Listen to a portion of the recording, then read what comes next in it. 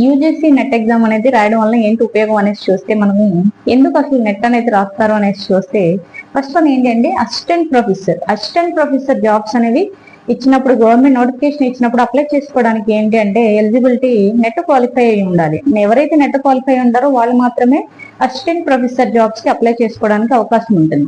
అయితే assistant professor అనేది మనకి సెంట్రల్ లెవెల్ యూనివర్సిటీస్ ఉంటుంది, అలాగే స్టేట్ లెవెల్ యూనివర్సిటీ అనేది ఉంటుంది. స్టేట్ లెవెల్ నెక్స్ట్ మనకి ఏంటి అంటే జేఆర్ఎఫ్ ని ఫుల్ ఫామ్ ఏంటి అంటే జూనియర్ రీసెర్చ్ ఫెలోషిప్ అనేసి అని. ఈ జేఆర్ఎఫ్ చేయాలి అనుకునే వాళ్ళు, అంటే రీసెర్చ్ ఎవరైతే చేయాలనుకుంటున్నారో వాళ్ళు కూడా నెట్ అనేది క్వాలిఫై అవ్వాల్సి ఉంటుంది. అయితే మనకి ఈ నెట్ అనేది క్వాలిఫై అవ్వడం వలన ఏంటి ఉపయోగం జేఆర్ఎఫ్ వాళ్ళకి అనేసి అంటే, జేఆర్ఎఫ్ అనేది చేయడానికి అంటే రీసెర్చ్ చేసేటప్పుడు మనకి ఏంటి అంటే ఫస్ట్ ఇయర్స్ సంబంధించి ఏంటంటే 37,000 స్టైఫండ్ అనేది ఇవ్వడం జరుగుతుంది. ఫస్ట్ ఇయర్ 37,000, అలాగే సెకండ్ ఇయర్ కూడా 37,000 స్టైఫండ్ అనేది ఇస్తారు.